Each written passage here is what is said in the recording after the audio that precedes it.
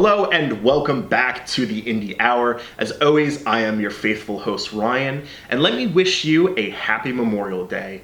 Thank you to all of those who are serving and have served in our armed forces. I'm going to make a special dedication this episode to my grandfather, who fought in the Korean War and unfortunately passed away this last August. So again, thank you to everyone involved in the armed forces. But most importantly, thank you to my late grandfather, Michael Ace McCormick, for everything you did in your lifetime.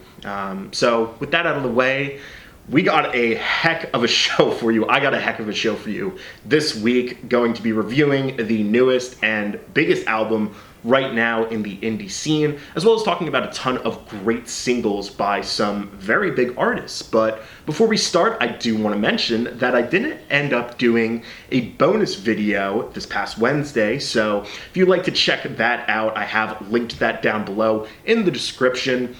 Now, on to the album review, and the time has finally come. The newest 1975 album is officially out. It is titled Notes on a Conditional Form, and man, it is something to say the least.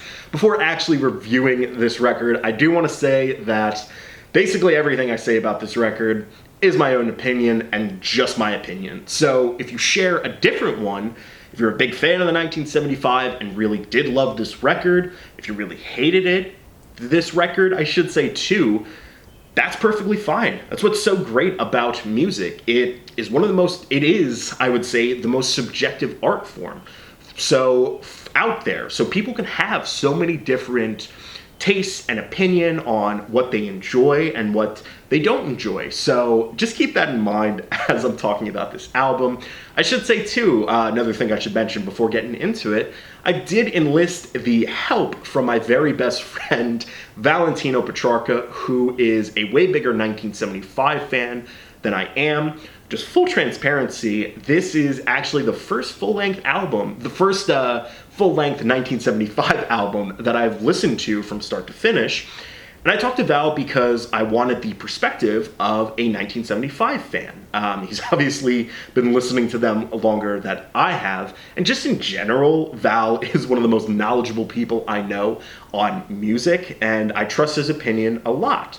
So when I do mention a point by Val, when I mention something that came from his mouth, I'll make sure to give him credit, and I think that's all I gotta say before diving into the record. How I tend to format these reviews is I start with what I liked about the record, then go into some of the points that I didn't really like, and finally, I just give it a score out of 10.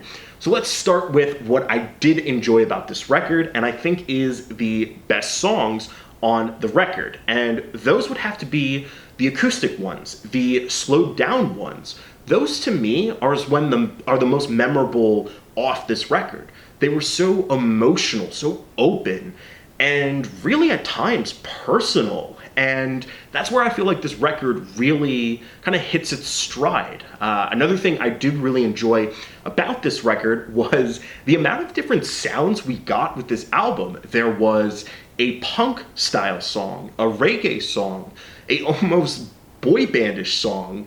They even did a country song, and again, just my opinion, not the biggest country fan, but they made it sound pretty darn good.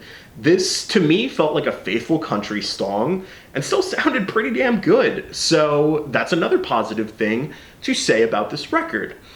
Now, that is unfortunately where the positivities train stops and where I stopped enjoying this record.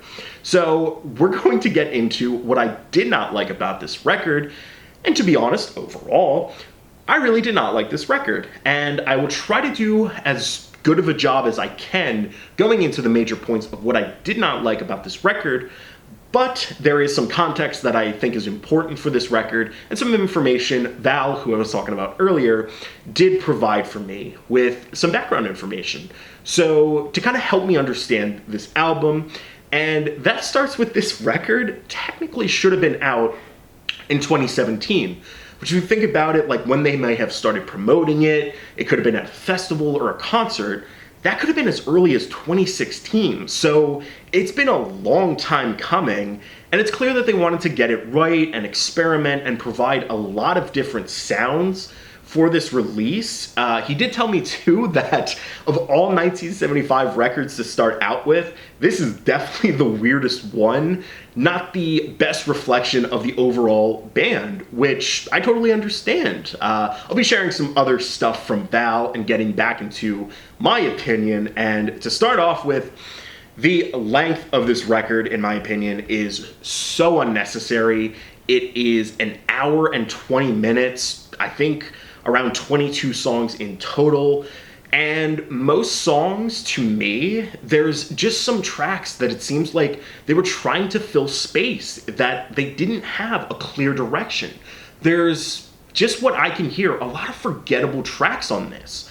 I personally found myself, and this is awful to do when reviewing a record, but I found myself looking at how far along I was into this record because I wanted it to be over. And that's awful to say about a record, but it's what I was doing. I was bored at times with this record, just wanting to get it, to have it get somewhere. And I think that's why I praised the different genres that they went for, that they tried so much, because that's when it was something interesting to my ears. It was something new. It wasn't just a repetitive song with no rhyme or reason to have on the album.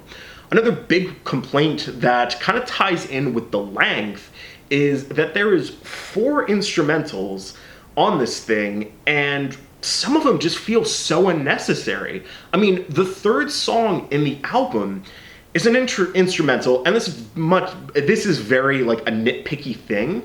I don't think you should have an instrumental that early. I am not an artist. I've never made an album. But that, to me, again, shows that there is not a lot to show on this album. And that brings up to my final point. Personally, for this album, and it might seem really mean, but a kind of funny and true analogy I thought about, a good way to describe this album overall is if you're a baby and this album is just a shiny pair of keys that the band is waving in front of you. So to kind of explain that analogy a little better, it's what I'm trying to show you is this band is trying to show you all this crazy stuff. The shiny keys, that would be the shiny keys. The band showing you all this flashy, all this cool stuff. And just some shiny keys shining in your face. And the listener is the baby, where they're trying to impress you. They're trying to look at, like, you're just trying to be, wow, you're amazed by all this crazy stuff and stuff. So it really just does not work. There's a lot of flash, but not a lot of substance. So, bringing that up, I thought it was an interesting point.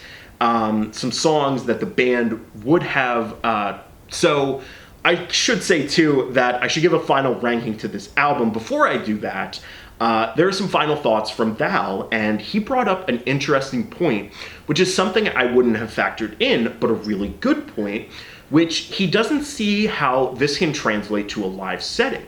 And a lot of these songs he thinks the band would have trouble playing in a concert, because he said they usually go for more of an indie vibe, an independent vibe. And he doesn't understand how some of the more overproduced songs can go into a live setting. And one more final thing from him, I think it's the biggest thing we agreed on with this album. It is that there is the songs you really like on this album, you're really gonna love. I mean, there's some damn good songs on this album. I mentioned the acoustic stuff and all of the different genres that they tried to do. But the bad songs are so bad that it doesn't make up for the good, for what it's worth. So that's why my overall ranking of this album is a 3 out of 10, and that sucks because I like listening to good music, and this was not a good record. So those are my thoughts on the record. If you've got a different one, please let me know in the comments. I'm interested to see if you think I'm right, if I'm wrong, if I'm totally missing something with this album. All right, all that said, I said a lot about this album, so with the new singles released, I'm gonna try to keep it to a minimum. And for the first single released this week, it's a brand new one from a personal favorite of mine, MGMT, titled As You Move Through the World. And I think this is It's basically an instrumental, except for the lyrics, which is the title of the song, As You Move Through the World, and it's done by this like female robotic voice. So it's kind of tough to, I should mention too, that this song is 7 minutes, and I'm not the hugest fan of this one, even though I have said I do like MGMT. It's tough to judge a song, an album from them, because they're going to do whatever they want at this point. They have shown that they don't really care what the general public thinks about them anymore. Since they released Inocular Spectacular, I hope I'm pronouncing that right, but their first album, which had the 3 mega hits, there's actually a really good video by another content creator, Middle 8. He does this really cool YouTube video where he goes into, he's a really cool YouTuber, I should say, that goes into some interesting music-related videos.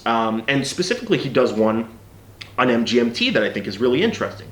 So I'll make sure to link that one in the description. And for our next single on the playlist, it is one from Fossa the People called Lamb's Wool. So it starts off with this really beautiful and almost melodic piano. It goes into some, then it transforms into some like philosophical lyrics about kind of looking into someone's eyes and wondering if it's the last time you'll get to see them. Yeah, that was a powerful one from Fossa the People this week. And finally, the last single that I want to talk about is an exciting new single from Haim. This album is about a month away from dropping.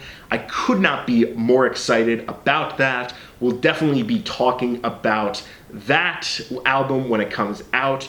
But for now, we'll just talk about the single and which got released.